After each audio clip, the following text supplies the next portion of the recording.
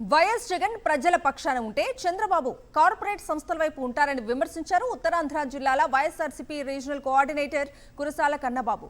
ప్రభుత్వ మెడికల్ కళాశాలల ప్రైవేటీకరణను వ్యతిరేకిస్తూ వైఎస్ఆర్సీపీ చేస్తున్న కోటి సంతకాల సేకరణ ఉద్యమ పోస్టర్ను కన్నబాబు ఆవిష్కరించారు.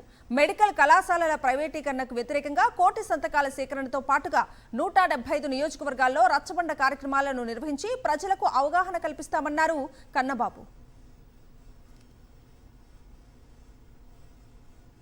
అందరికీ తెలుసు, పేదల పక్షాన్ని నిలబడేది జగన్మోహన్ రెడ్డి గారు అయితే కార్పొరేట్ల పక్షాన్ని నిలబడేది చంద్రబాబు నాయుడు గారు అని అందరికీ తెలుసు. నవంబర్ 12న జిల్లా స్థాయిలో ర్యాలీ చేస్తాం. 23న అన్ని గ్రామాల్లోని సంతకాలు పెట్టిన పేపర్లని తీసుకుని నియోజకవర్గానికి తీసుకొస్తాం.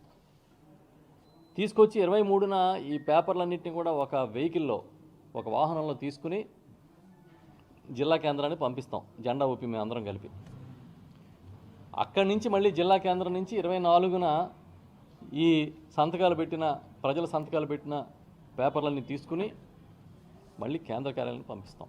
గవర్నర్ గారి అపాయింట్మెంట్ ప్రకారం వారికి వినతి పత్రాన్ని అందజేసి ఈ మెడికల్ కాలేజీని కాపాడడం ద్వారా భావితరాలకి ఉచితంగా వైద్యం అందే ఆధునిక దేవాలయాల్ని కాపాడడానికి మీరు సహకరించాలని చెప్పి కోరబోతా ఉన్నాం.